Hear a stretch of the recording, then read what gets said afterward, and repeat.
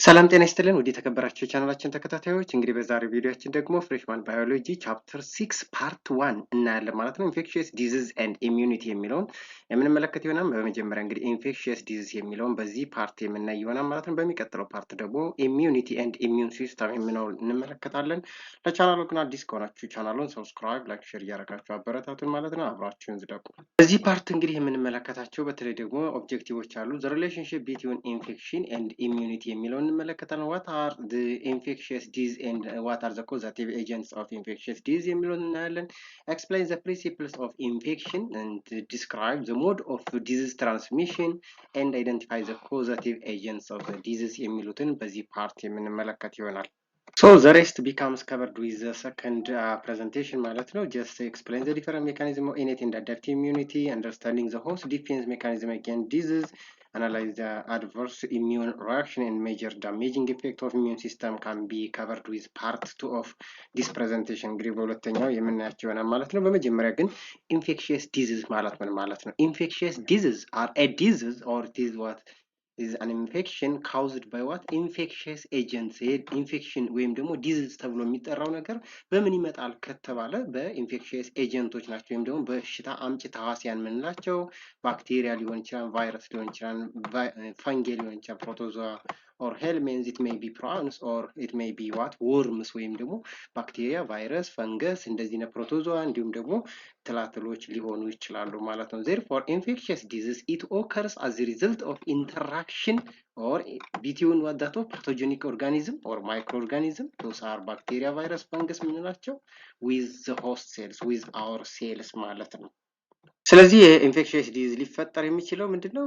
እነዚህ ማይክሮ ኦርጋኒዝሞች ወይም ደግሞ ዲዝ ኮዚንግ ወይም በሽታ አምጪ ተዋሲያን የምንላቸው እንደ ባክቴሪያ፣ ቫይረስ፣ ፈንገስ፣ ፕሮቶዞዋ ወይም ሄልሚንዝ ኤንድ ፕሮን የምንላቸው ከኛ ሆስት ሴል ጋር ወይም ደግሞ ከራሳችን ሴል ጋር ኢንተራክት ሲያደርጉ ነው ማለት ነው። Okay, good. So infection can be start to and occurs in either of one of the following. That is why external surface ሊሆን ይችላል ወይም ደግሞ ከሆስት ሴሉ በስከውጭ በኩል ወይም ደግሞ ከኛ ቦዲ ሴላችን ላይ ውጭ ላይ ሊሆን ይችላል or it may be what internal part of the host body. host የምንለው እኛ normal functioning of the cell ወይም ደግሞ እኛ ጋር ያለን ኖርማል ሴላችን host cells ይባላል ማለት ነው።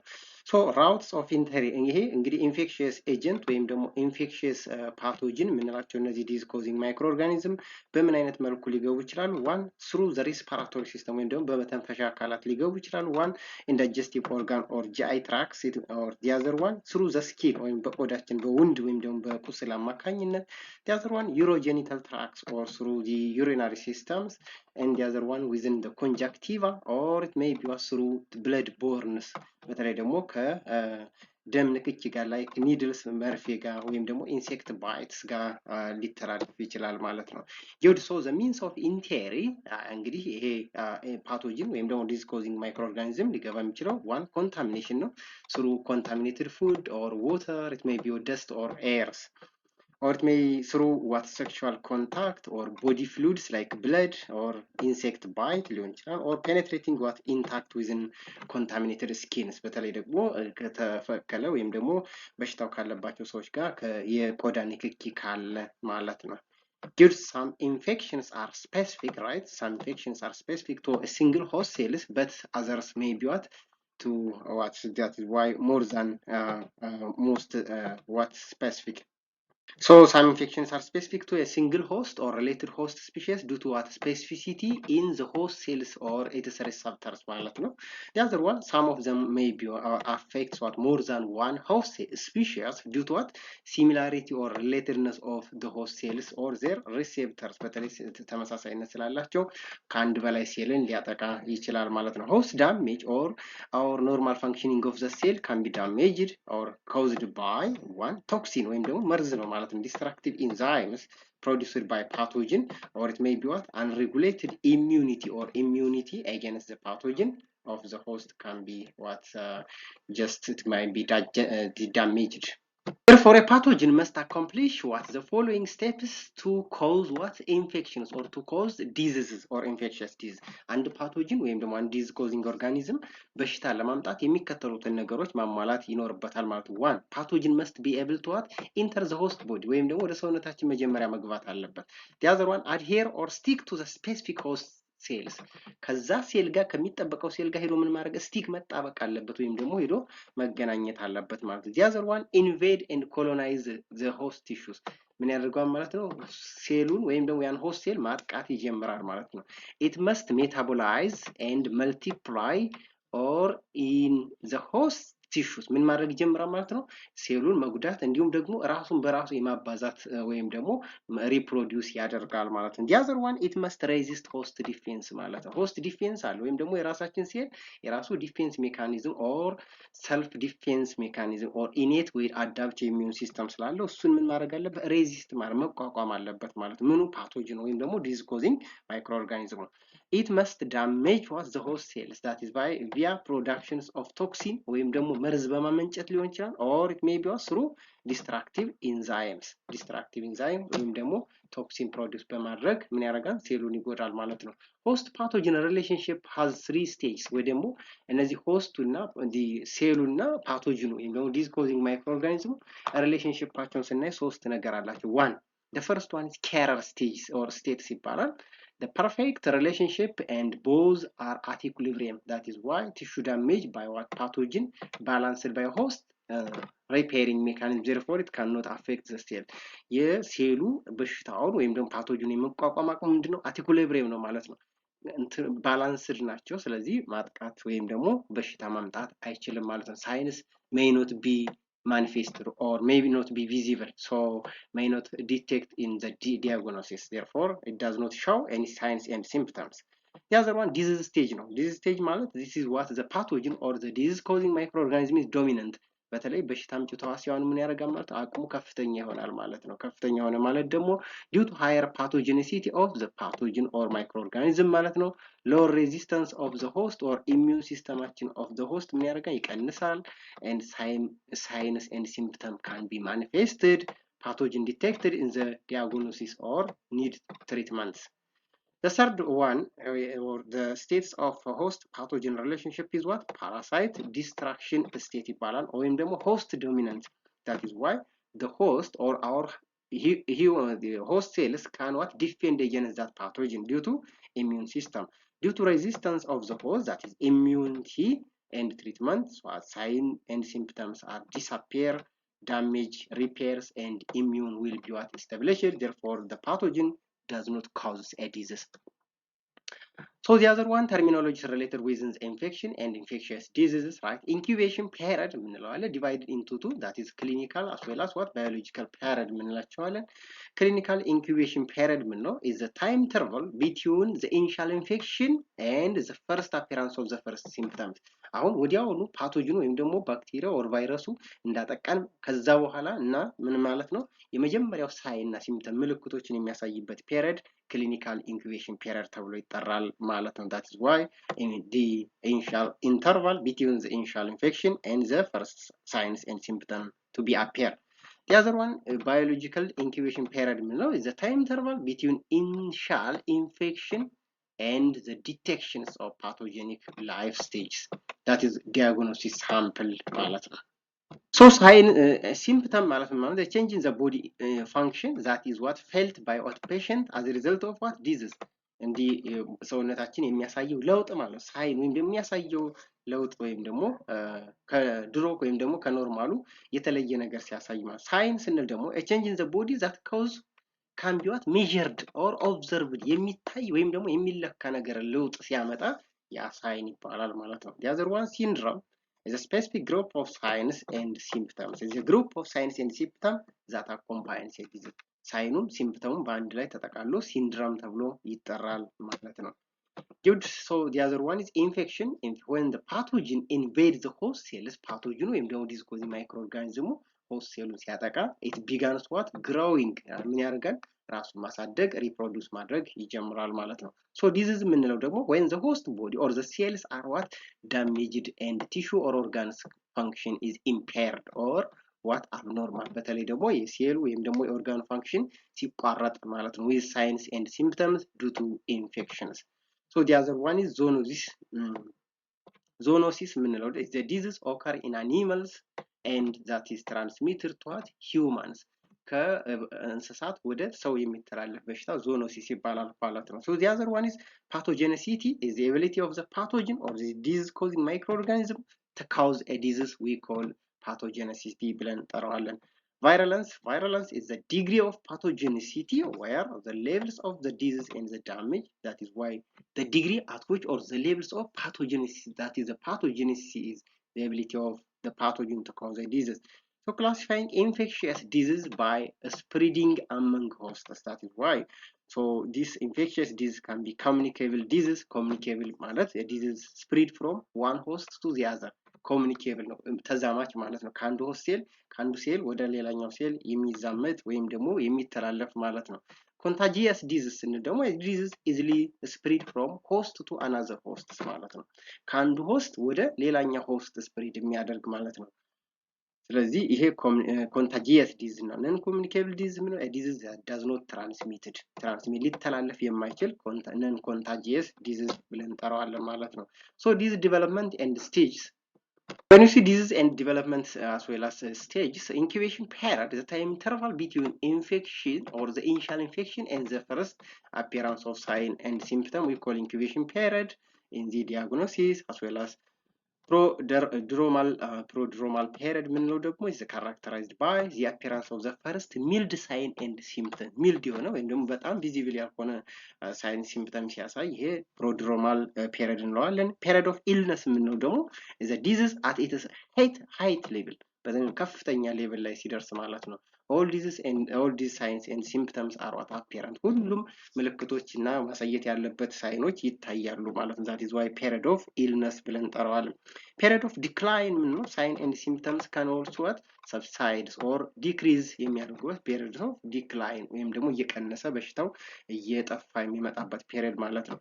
period of convalescence ምንለው ደግሞ body returns what it is diseased state ማለት ወደ እንደገና ሲመለስ ወይም ደግሞ health is restored ወይም ደግሞ ጤና ሲመለስ that is period of convalescence ወይም ደግሞ የማገገም ሂደት እንለዋለን። disease developmental stage and thus are what seems like እንግዲህ እንደዚህ ጋር እንደምታዩት መጀመሪያው እንግዲህ ሳይንስ ሲምፕተም ሲያሳይ የኢንኩቤሽን ፔሪድ እንለዋለን ማለት ነው። ፓቶጂኑ ወይም ደግሞ ዲዝ ኮዚንግ ኦርጋኒዝሙ ሴሉን ሲያጠቃ ማለት ነው። የመጀመሪያዎቹ ደግሞ ትንሽ ለውጥ ሲያሳይ ምን ይባላል? ፕሮድሮማል ፔሪድ እንለዋለን።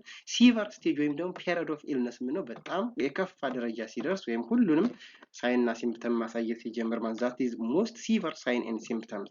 ሌላኛው ፔሪድ ኦፍ ዲክላይን ማለት እየቀነሰ ወይም ደግሞ እየተሻለ ሲመጣ ወይም ደግሞ ትሪትመንት ከወሰድን በኋላ እየተሻሻለ ሲመጣ ማለት ነው። ሳይን ኤንድ ሲምፕተም ካን ቢ ዲክላይን ኦር ዲክሪዝ ማለት።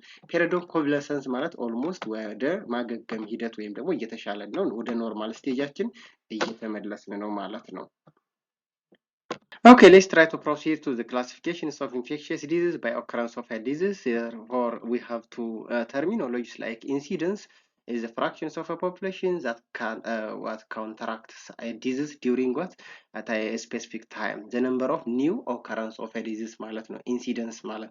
prevalence ስንል ደግሞ this is a fractions of a population having got a specific disease at the given time interval. prevalence ማለት more prevalence ስንል more existence ማለት that is why determines the existence of the disease ማለት ነው። ምን ያክል ኤግዚስት እንዳረገ ምን ያክል ፐርሰንቴጅ ከቨር እንዳረገ ማለት ነው።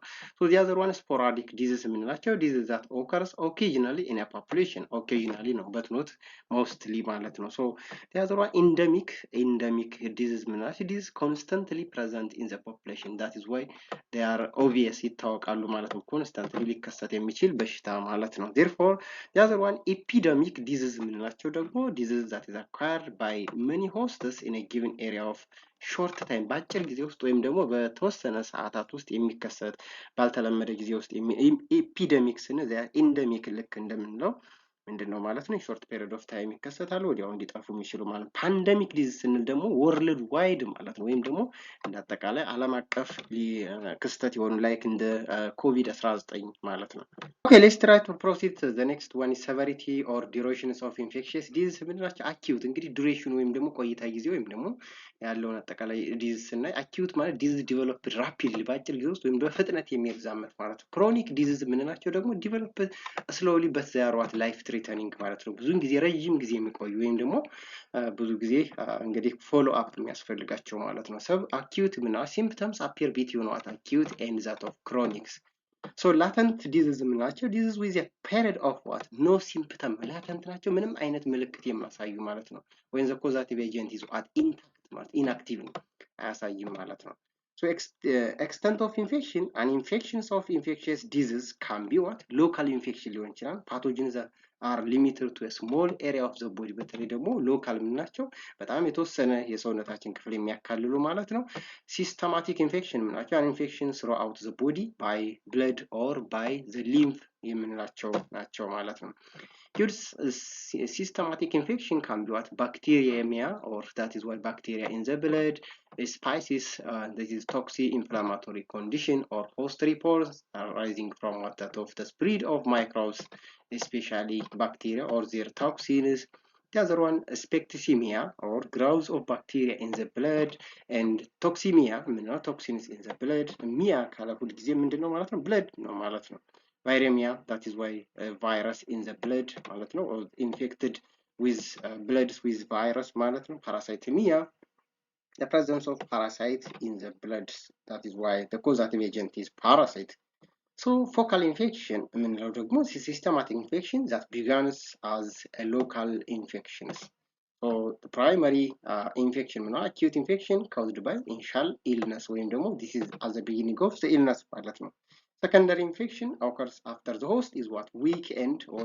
decrease from what primary infections basically those infections are the subclinical infection in the apparent no noticeable or no signs and symptoms are visible that we call subclinical okay the other one is pathogens are classified based on their pathogenicity or disease causing microorganism that's why primary pathogen which is the pathogen that cause a disease in the healthy individuals that is why transmitted from normal or that is infected person to the infected the normal or the healthy individuals ማለት ነው immunocompetent hosts ይባላል ማለት ነው the other one opportunistic pathogen okay the second one is opportunistic pathogen or opportunistic ይባላል ማለት ነው that cause a disease when the host innate or adaptive defense are what compromised or immunocompromised እንለዋለን ማለት ነው the other thing normal microbiota or normal flora ምንለው ማለት ነው a bacteria that lives in on the hosts without causing damage or any disease right bacteria ነው ነገር ግን በሰውነታችን ውስጥ ኖሮ ምንም አይነት በሽታ የማያመጣ but it can also serve as innate immune system defense for the host that may be what opportunistic እንለዋለን ማለት ነው so the spread of infection one of the three can be routes of spread ማለት ነው ወይም ደግሞ የሚተላለፍበት መንገድ እንግዲህ ይሄ pathogenic ወይም ደግሞ this infectious disease መንገድ ነው ማለት one human reservoirs of infection that's why carriers of pathogen or the disease ከሰው ወይም ደግሞ ከተበከለ ወይም ከተያዘ ሰው ጋር ሊመጣ ይችላል the other one zoonosis that is why affected animal can transmit the disease to the human ወይም ደግሞ ከእንስሳት ወደ ሰው በቀጥታ የሚተላለፍበት መንገድ ማለት ነው ለሊቪንግ reservoirs ነው sharp objects like the needle soil ሊሆን ይችላል or water ሊሆን ይችላል it may be contaminated food can be the reservoirs of the infections ይሄ ኢንፌክሽን በዚህ አይነት መንገድ through the blood ሊተላለፍ ይችላል ማለት ነው so types of transmissions of pathogen means the process of transfer of pathogen between the host is referred to as transmission ነው አይደል generally there are three types of pathogen transmission methods in animals that is why horizontal transmission that is person to person ከሰው ወደ ሰው በቀጥታ የሚተላለፍበት መንገድ ማለት ነው respiratory tract ወይም ደግሞ መተንፈሻ ሊሆን ይችላል like TB እንደ ኢንፍሉዌንዛ ሊተላለፉ ይችላል conjunctival routes ምንላቸው the enterovirus or that is human sensitive virus ምንላቸው ሊሆን ይችላል fecal oral routes ምንላቸው like amoeba the giardia and that of rotavirus በቀጥታ በዚህ በፌካል ወይም ደግሞ በፊስስ አማካኝነት የሚገቡ ናቸው ማለት ነው ሴክሹዋል ኮንታክት ወይም ደግሞ በግብረ ስጋ ግንኙነት like gonorrhea trichomoniasis and HIV are the most common diseases that are transmitted with sexual contact. The other one, vertical transmission, is the transfer of the pathogen or disease causing that is disease from mother to the fetus or to the baby ከእናት ወደ ልጅ በቀጥታ የሚተላለፍበት መንገድ ማለት ነው congenital ወይም ደግሞ transplacental or transmammarial ሊሆን ይችላል በጡት ወተት ወይም ደግሞ በእትብት አማካኝነት አሊያም ደግሞ congenital ሊሆን ይችላል like ቶክሶፕላዝማ ሳይቶሜጋሎቫይረስ ኦር ሄፓታይተስ ሊተላለፍ ይችላል ማለት ነው። Good. So the other one is zoonosis. Infectious agent is transmitted from an infected animal to that humans. ከተበከለ ወይም ደግሞ ከታመመ እንስሳት ወደ ሰው ማለት ላይክ ቤስት ኤግዛምፕል ራቢስ ቫይረስ ወይም ደግሞ ራቢዲዮ ቫይረስ ወይም ደግሞ የውሻ በሽታ ማለት ከሰው ወደ ወይም ደግሞ ከቀበሮ ቀጥታ ወደ ሰው ይተላለፋል ማለት ነው። ዛት ኢዝ ሳይፕቶስፖራዲየም that is coming from what cows ወይም ደግሞ ከላሞች በቀጥታ ወደ ሰው የሚተላለፍ በሽታ ነው ማለት ነው።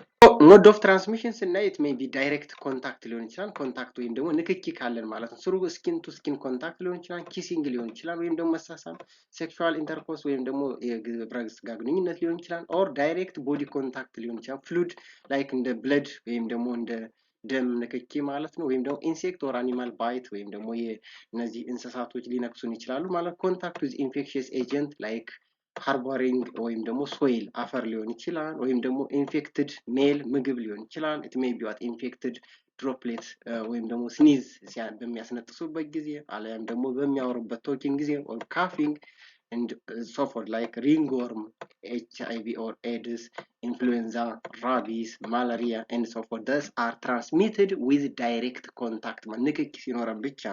The other one, indirect transmission, means the transfer of an infectious agent from what reservoir to the host by suspended air particles like inanimate objects like vehicle ሊሆን ይችላል ወይም ደግሞ አኒሜት ኢንተርሚዲየትስ ላይክ ኮሌራ ለምሳሌ ቬክተር ሊኖራቸው ይችላል፣ ወይም ደግሞ አየር ወለድ ዳይሬክት ምንም ኮንታክት ሳይኖረን ነገር ግን በአየር መጥተው የሚተላለፉ ኮሌራ ሊሆን ይችላል፣ ጃርዲያ፣ ሮታ ቫይረስ ኤንድ ሶ ፎርዝ ሊሆኑ ይችላሉ ማለት ነው። ሶ the way of causative agents of infectious disease እና common pathogens known as what causative agent ምናቸው for different types of infection እንግዲህ ባክቴሪያ ሊሆን ይችላል causative agent ወይም ደግሞ pathogenic organism ምንላቸው ቫይረስ ሊሆን ይችላል፣ ፈንገስ ሊሆን ይችላል፣ maybe protozoa or helminths or worms ሊሆኑ ይችላሉ ማለት ነው። They varies in their size, shape, function and genetic contents. So let's try to see the first pathogenic causative agent called bacteria. Bacteria እንዴት ነው ኮዝ የሚያደርገው ወይም ደግሞ በሽታን የሚያመጣው የሚለውን ስንመለከት bacteria is unicellular prokaryotic organism. They have what secular genomes or DNA. The DNA is double stranded that is associated with much less proteins, that is histone proteins. Bacteria can be reproduced by binary fusion, and the most common morphologies are bacillus, or that is the bacteria, rod-shaped bacteria, coccus, which is spherical bacteria, spirillum, that is why helical rods bacteria. So their energy source is different, and either photoautotrophs, that is by photosynthesis, or chemoautotrophs, that is why photosynthesis through chemical degradation ማለት ነው. Or it may be what heterotrophs, that is consumers ሊሆን ይችላል breaking down compounds ማለት ነው. So this they can or some survives or with or without oxygen that undergo any photosynthetic pathway with the presence of oxygen, that aerobic or aerobes or anaerobic እንላቸው እንችላለን. That is why facultative anaerobic ሊሆኑ ይችላሉ ማለት ነው. So the most common morphology of bacteria የምንላቸው bacillus rod shaped ነው ማለት ነው። coccus የምንለው ደግሞ spherical shape, that is why spirillus, that is why spherical in shape ማለት ነው። ሼፑን ስናይ ማለት ነው።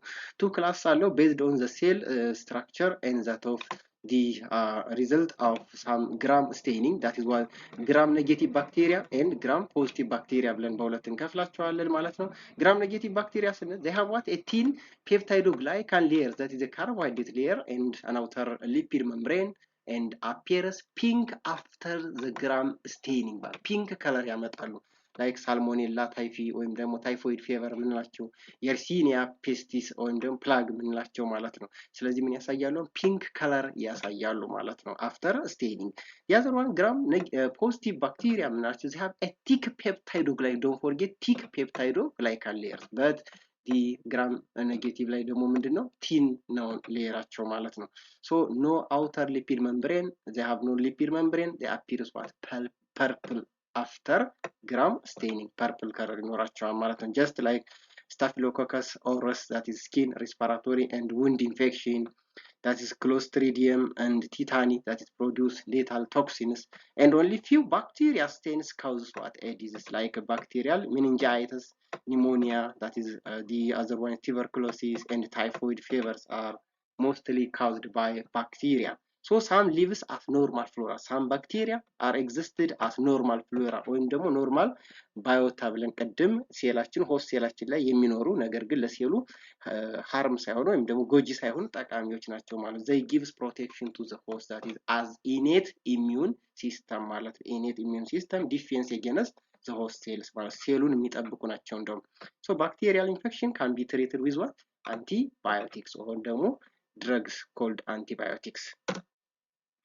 Good. So gram positive and gram negative bacteria ምንላቸው እንግዲህ በዚህ መልክ ተቀምጠዋል ማለት ነው outer membrane layer ያላቸው ምንድናቸው ማለት ነው they are gram negative ናቸው membrane ወይም ደግሞ lipid layer ይኖራቸዋል ማለት ነው ነገር ግን ከለራቸው thin layer ነው የሚኖራቸው that is corine thin layer ይኖራቸዋል gram positive ከሆኑ ግን they have no any outer that is why membrane ወይም ደግሞ lipid የላቸው ማለት ነው that is purple in color ብዙን ጊዜ purple color ነው የሚኖራቸው ማለት ነው እዚህ ጋር እንደምታዩት they are purple in the colors. The other causative or pathogenic organism is viruses. Virus infect all types of organisms including what bacteria. They are not organisms themselves because apart from a host cells they have no metabolism, they cannot reproduce and they cannot they prepare their own food. ራሳቸውን ችለው ወይም ደግሞ በራሳቸው ሊኖሩ አይችሉም ጥገኞች ናቸው ማለት ነው ስለዚህ they are parasites so composed of a viral nucleic acid and surrounded by a protein coat called capsid ይባላል ማለት ነው dependent on hosts because they lack organelles and macromolecules ምንም አይነት ስለሌላቸው ምንድነው they are dependent or they are parasite ናቸው ማለት ነው therefore they are not truly organisms by themselves can code few or their own what protein ሊኖራቸው ይችላል for infection and that of replication they have hosts and cell specificity that is their genome is either double-stranded DNA or single-stranded DNA or single-stranded RNA or it may be what double-stranded RNA molecule ይኖራቸዋል single-stranded RNA virus are either sensitive that is positive strand or single-stranded RNA የምንላቸው and antisense ወይም ደግሞ negative sense strand ይኖራቸዋል ማለት ነው good.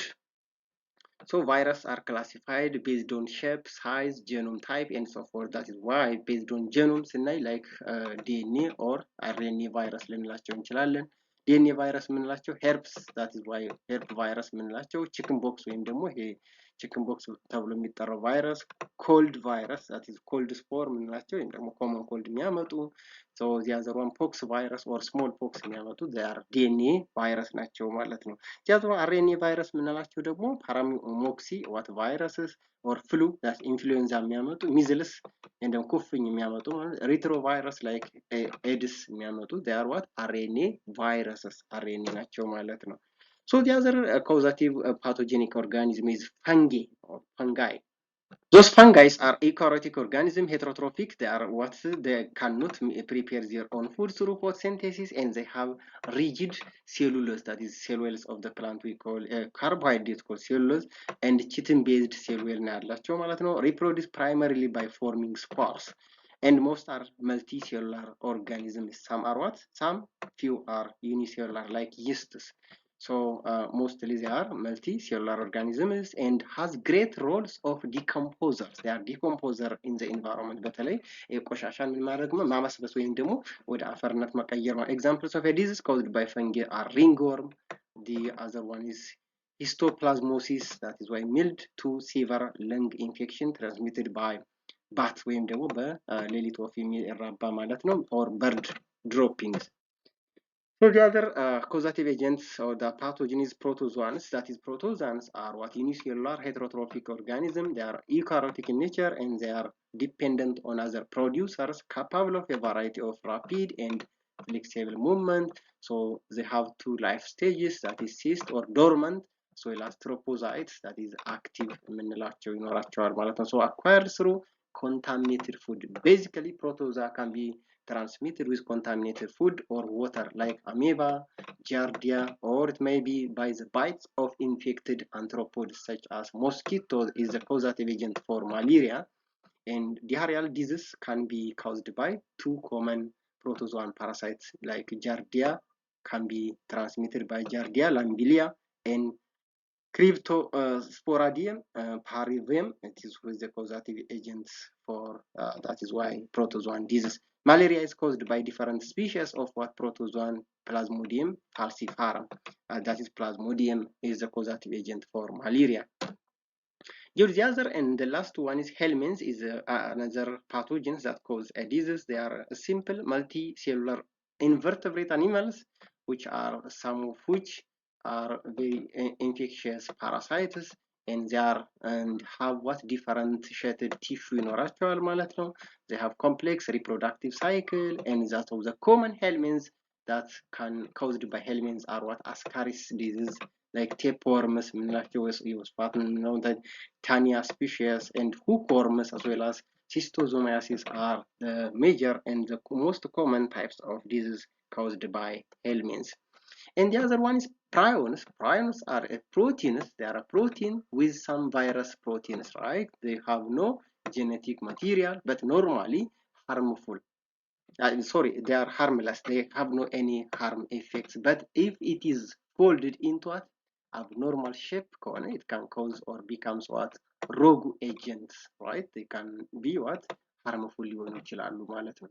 After the structures of the brain or other parts of the nervous system, that is why do not replicate or feeds on the host, but trigger abnormal behaviors in the body cells and proteins, right? They are proteins, right?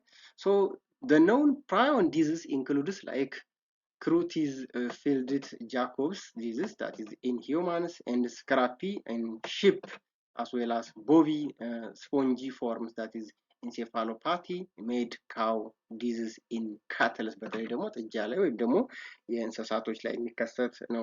ብዙውን ጊዜ እነዚህ ፕራዮን የምንላቸው ፕሮቲን ስለሆኑ ብዙም ያክል ነውን የሆነ ዲዚዝ አያመጡም ማለት ነው። ነገር ግን አንዳንድ ጊዜ እንግዲህ አብኖርማል ሊሆኑ ይችላሉ ማለት ነው። ምን ሲሆኑ ፕሮቲን ስትራክቸሩ ምን ሲሆን ማለት ነው? አብኖርማል ቢሄቪየር ሲያሳይ ማለት ነው። So this is all about the first part of chapter 6 of freshman biology, that is why infectious disease and infectious pathogenic microorganisms. So ይህንን ይመስላል ማለት ነው። ስለነበረው ቆይታ ከልብ እያመሰገን ፓርት 2ን በሚቀጥለው እናቀርብላችኋለን ማለት ነው። ጥያቄ፣ አስተያየት ወይም ደግሞ እንድንሰራላችሁ የምንፈልጉት ቪዲዮ ካለ ኮሜንት ላይ አሳውቁን።